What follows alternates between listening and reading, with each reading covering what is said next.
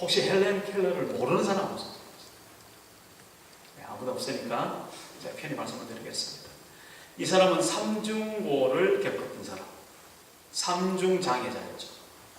보지 못했고 듣지 못했고 그러다 보니까 말도 못했던 그런 사람이었습니다. 그런데 그가 정말 귀한 사람, 설리번 선생님을 만나죠.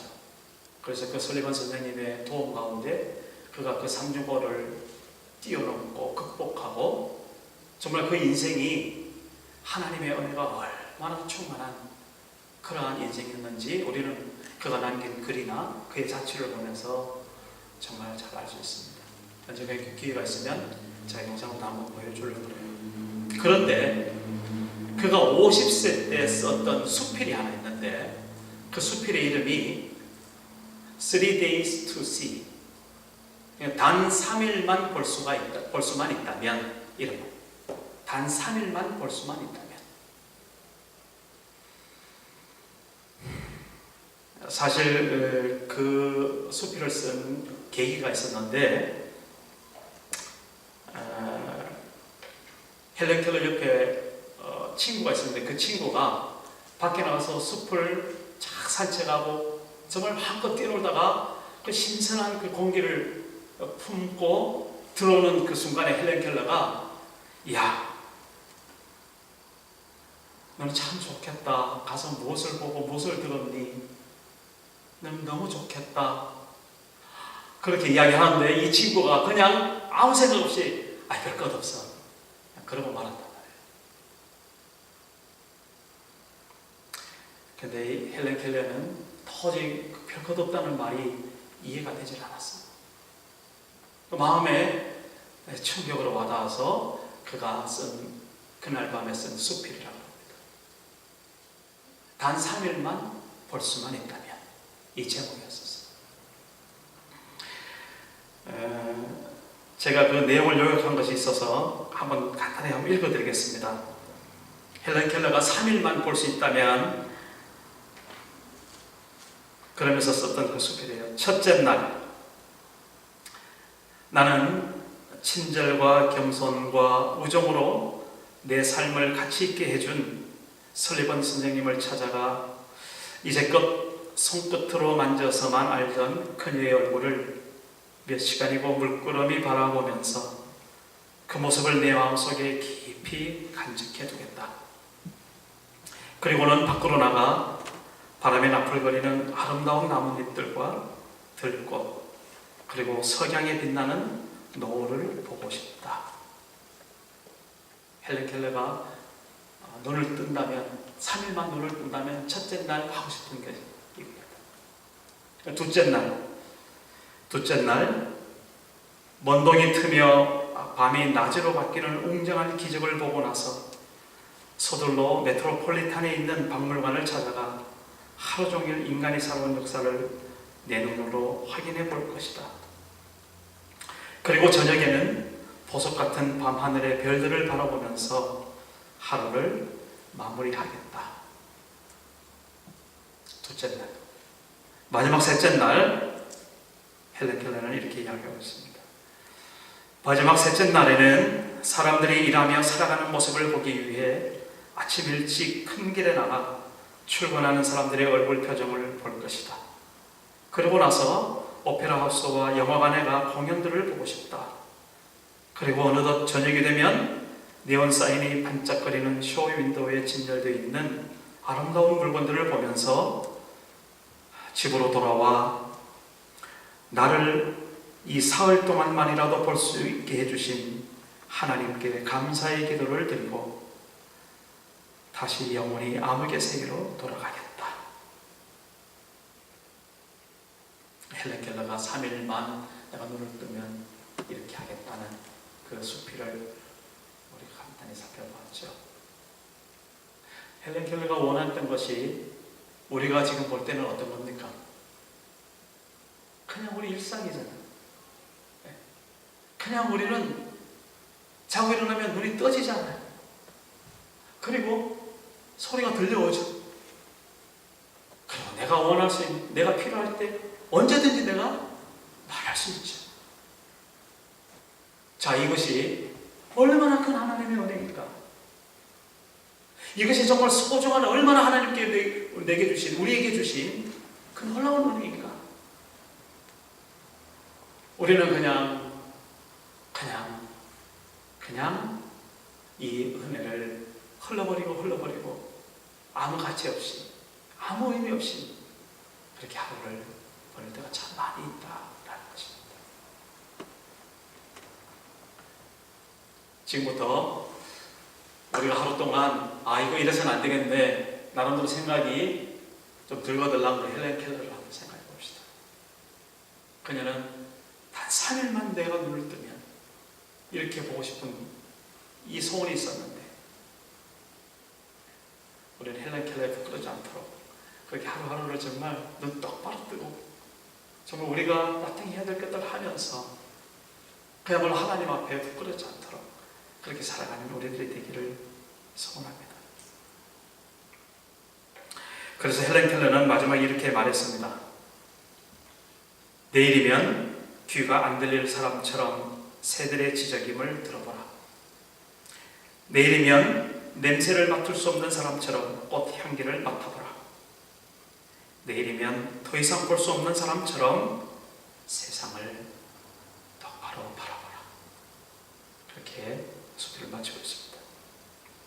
하나님의 은혜, 그렇습니다. 우리가 그 하나님의 은혜 이렇게 우리가 간직하고 누리고 지금 그렇게 살고 있는데, 이 하나님의 은혜를 정말 소중하게 하나님의 은혜답게 우리가 누리며 살아가는 복된 우리 트리니티 한인교회 성도 되시길 간절히 바랍니다. 저는 오늘 은혜라는 이 말씀을 함께 나누면서 먼저 은혜가 무엇인가 생각해 봤어요. 성경에 구약에 보면 은혜라는 단어 헤세드라는 말로 쓰여지고, 그 다음에 이제 신약에 와서 이제 그 구약이 히브리어로 되어 있는데 그것이 이제 히라고 그리스어로 번역되는 그 과정에서 70인역이 있어요. 70인 학자들이 모여서 그 번역했는 건데, 거기 보면 어떻게 히브리어 그리스어로 번역되냐면 카리스로 그렇게 번역되고 있습니다. 그래서 구약에서는 헤세드라는 용어로 나오고 신약에서는 카리스라는 말로 나오고 있습니다. 이 은혜라는 말이죠. 은혜. 자, 그런데 이 카리스라는 말을 성경에 보면 어디서 많이 쓰냐면 우리의 받은 구원을 말할 때, 하나님께서 우리에게 주신 은혜로 우리를 구원하셨다 그랬을 때 하나님의 그 은혜를 카리스로 그렇게 표현합니다. 구원에 대해서.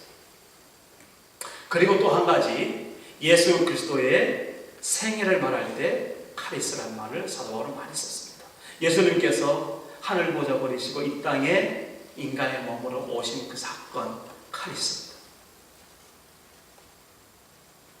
또 하나님께서 이 땅에 육신의 몸으로 사시면서 받았던 그 질시와 고난과 특별히 십자가의 그 죽음, 카리스입니다.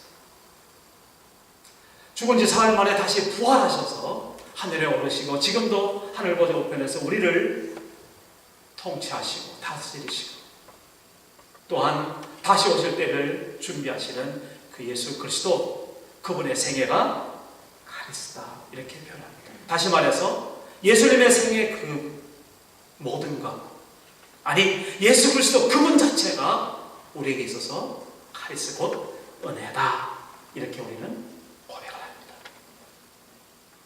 그래서 우리의 구원은 내가 만들어내는 구원이 아니라는 겁니다.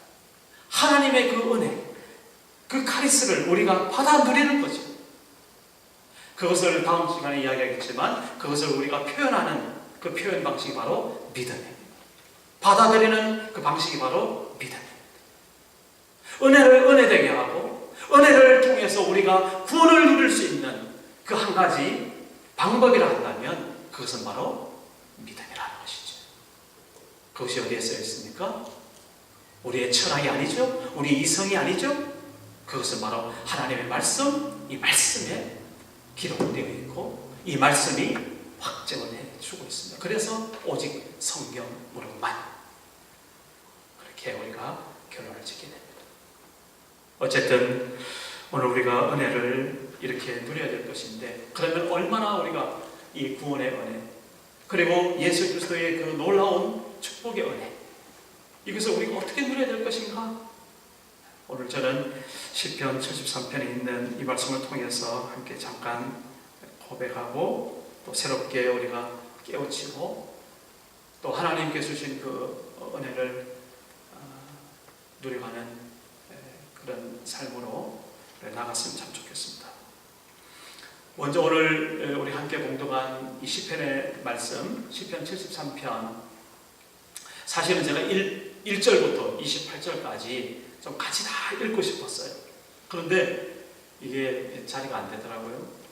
그래서 지금 조금 시간이 조금 하겠지만 용서하시고 우리 같이 한번 말씀 한번 읽어봤으면 좋겠습니다. 개역개정으로 읽고, 우리 성경 갖고 계시죠?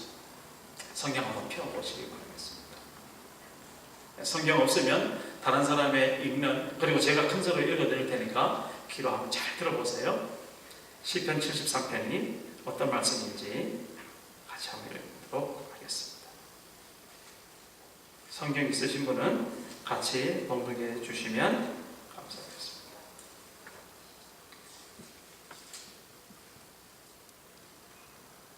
제가 읽습니다. 시편 73편 아삽의 시 그랬습니다. 이 아삽이라는 용어는 사람 이름이에요. 다윗 솔로몬 그 시대에 이 아삽이 고라 후손이라고 알려지는데, 이 아삽이 뭐냐면 그 하나님 앞에 예배를 드릴 때, 제사를 드릴 때 하나님의 찬양과 그런 어떤 그 노래로, 춤으로, 악기로 영광을 돌렸던, 말하자면 우리로 지금 말하면 찬양팀, 성가대죠. 거기에 악장, 대표 리더가 바로 이 아삽이라는 사람이었어요. 그러니까 하나님 안에 있는 사람이죠. 그가 썼던 이 시편을 한번 잘 지금 이 시간 한번 들어보시길 바랍니다. 제가 1절부터 같이 읽고, 성경 계시는 분은 저희는 같이 따라주시고, 없으면 잘 들어주시면 감사하겠습니다. 하나님이 참으로 이스라엘 중 마음이 정결한 자에게 선을 행하시나, 나는 거의 넘어질 뻔하였고 나의 걸음이 미끄러질 뻔하였으니, 이는 내가 악인의 형통함을 보고 오만한 자를 질투하였음이로다. 그들은 죽을 때에도 고통이 없고 그 힘이 강건하며, 사람들이 당하는 고난이 그들에게는 없고 사람들이 당하는 재앙도 그들에게는 없나니, 그러므로 교만이 그들의 목걸이요 강포가 그들의 옷이며, 살찜으로 그들의 눈이 솟아나며 그들의 소득은 마음의 소원보다 많으며, 그들은 능욕하며 악하게 말하며 높은 데서 거만하게 말하며, 그들의 입은 하늘에 두고 그들의 혀는 땅에 두루 다니도다. 그러므로 그의 백성이 이리로 돌아와서 전에 가득한 물을 다 마시며 말하기를, 하나님이 어찌 알랴 지존자에게 지식이 있으랴 하는도다. 볼지어다 이들은 악인들이라도 항상 평안하고 재물은 더욱 불어나도다. 내가 내 마음을 깨끗하게 하며 내 손을 찢어 무죄하다 한 것이 실로 헛되도다. 나는 종일 재난을 당하며 아침마다 징벌을 받았도다. 내가 만일 스스로 이르기를 내가 그들처럼 말하리라 하였더라면, 나는 주의 아들들의 세대에 대하여 악행을 행하였으리이다. 내가 어쩌면 이를 할까 하여 생각한즉 그것이 내게 심한 고통이 되었더니, 하나님의 성소에 들어갈 때에야 그들의 종말을 내가 깨달았나이다. 주께서 참으로 그들을 미끄러운 곳에 두시며 파멸에 던지시니, 그들이 어찌하여 그리 갑자기 황폐되었는가 놀랄 정도로 그들은 진멸하였나이다. 20절 말씀부터 아까 읽었던 말씀이에요. 주여, 사람이 깬 후에는 꿈을 무시함같이 주께서 깨신 후에는 그들의 형상을 멸시하리이다. 내 마음이 산란하며 내 양심이 찔렸나이다. 22절부터네요. 내가 이같이 우매무지함으로 주 앞에 짐승이오나 내가 항상 주와 함께하니 주께서 내 오른손을 붙드셨나이다. 주의 교훈으로 나를 인도하시고 후에는 영광으로 나를 영접하시리니 하늘에서는 주 외에 누가 내게 있으리요 땅에서는 주밖에 내가 사모함이 없나이다. 내 육체와 마음은 쇠약하나 하나님은 내 마음의 반석이시요 영원한 분깃이시라. 무릇 주를 멀리하는 자는 망하리니 음녀같이 주를 떠난 자를 주께서 다 멸하셨나이다. 하나님께 가까이함이 내게 복이라. 내가 주 여호와를 나의 피난처로 삼아 주의 모든 행적을 전파하리이다. 아멘. 아멘. 한번 이렇게 읽든지 듣고 이것이 온전히 우리한테 이해가 되진 않을 거예요. 말 자체가 좀 어렵고 영어가 그래서 간단히 요약하면 그렇습니다. 이 아삽이라는 사람이 삶을 살아가면서 이스라엘 백성의 대표적인 한 사람으로서 정말 하나님을 공경하고 사는데 저 이방 족속들, 하나님을 모르고 하나님을 무시하는 그 이방 족속들이 가만히 보니까 자기들보다 더 잘 사는 거예요.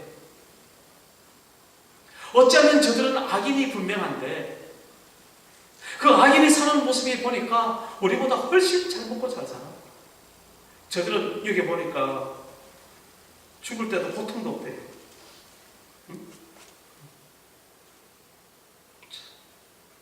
그리고 이게 보면 살찜으로 그들의 눈이 솟아나며 아주 살이 쪄가지고 눈이 막 앞으로 그냥 솟아나. 그들의 소득은 마음의 소원보다 많으며 그들은 자기들 나름대로 계획을 잡고 올해 얼마 벌어야겠다 하면 그보다 꽃배기나 더 버는 거예요. 그리고 12절에 보면 볼지어다 이들은 악인들이라도 항상 평안하고 재물은 더욱 불어나도다.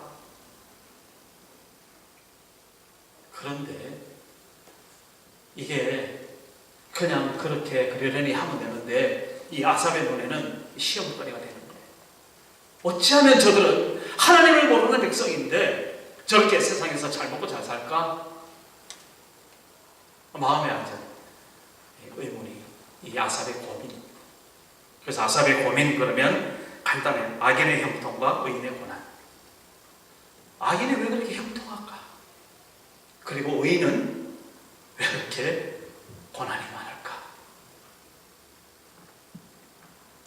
걱정하지 마세요. 의인이라고 형통함이 없는 건 아니에요.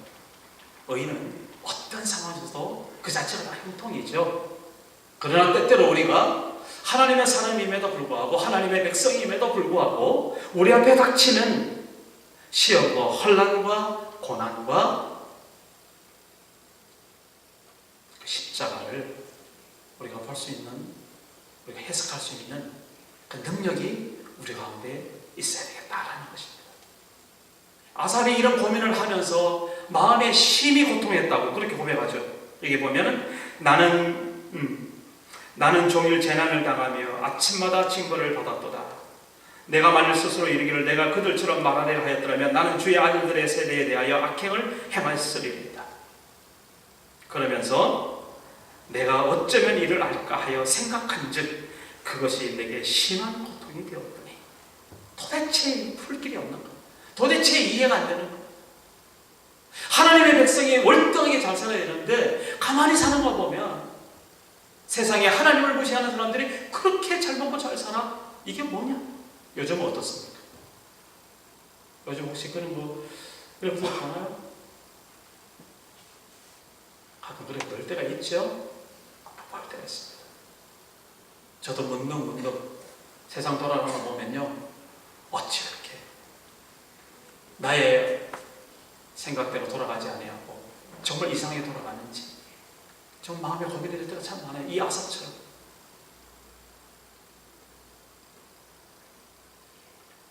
그런데 이 아삽이 어떤 사람이었어요? 하나님의 성전에서 하나님을 찬양하는 그런 귀한 사람이었죠. 그가 어느 날 문득 거기 보면 17절입니다. 하나님의 성소에 들어갈 때에야 그들의 종말을 내가 깨달았나이다. 하나님의 전에서 예배를 드리며 하나님의 성소에서 어느 날 그것이 문득 깨달아지는데, 그 깨달음이 저는 두 가지라고 생각해요. 첫째는요, 자기의 시야가 바뀌는 거예요. 그렇게 세상 사람들이 잘 먹고 잘 사는 것이 왜 그렇게 잘 먹고 잘 사는 것처럼 마음에 고민이 되었느냐? 그것은 바로 내가 생각하는 그 기본 자세, 밑바탕이 세상의 시각이 있기 때문에 그런 거죠. 세상의 좋고 나쁨을 세상의 가치, 잘 먹고 잘 사는 것으로 그렇게 가지고 세상을 바라보면요, 세상이 우리보다 훨씬 더 잘 살 때 그것이 해결이 안 되는 거예요. 그런데 이 아삽은 어느 날 하나님의 전에서 예배를 드리며 그것이 깨달아지는데, 뭐가 깨달아지는가 하면 그들이 그렇게 잘 먹고 잘 살지라도 그들이 한평생, 한 100년 이 생활을 정말 행복해 나누고 산다 할지라도 그것으로 끝나는 인생이구나, 이것이 깨달아지는 거예요. 다시 말해서 우리 인간의 참 모습, 우리 인간의 본래의 모습, 다시 말해서 영원토록 우리의 삶이 있다는 그것을 모르고 오직 이 땅에 있는 그 기간 동안만 누리고 잘 먹고 잘 살고 나름대로 행복하게 사는 그 영혼들이 드디어 정말 비참하고 불쌍하게 보이는 그런 깨달음이 아삽에게 왔다는 것이죠. 언제? 하나님의 성소에서 주님 앞에 예배를 드리는 그때에 하나님께서 깨닫게 해주시는 겁니다. 어떤 거예요? 마음의 기준이 바뀌는 것이죠. 다시 말해서 인간의 생각에서 하나님의 생각으로 바뀌는 것이죠. 세상에서 세상의 시각으로 봤을 때는 그렇다 할지라도, 그러나 하나님의 성소에서 하나님의 시각으로 세상을 보았을 때 그 세상이 얼마나 어리석고 그 배부름과 그 안락함과 그것이 오히려 하나님을 멀리하게 되는 그 독이 되어서 결국은 하나님을 떠나 영원토록 그 형벌과 그 죄악에서 건져내면 말하자면 지옥의 자식이 되는 그런 현상들을 아삽이 깨닫게 되는 겁니다. 그러면서 마지막에 이렇게 고백을 해요. 하나님께 가까이 함이 내게 복이라. 내가 주 여호와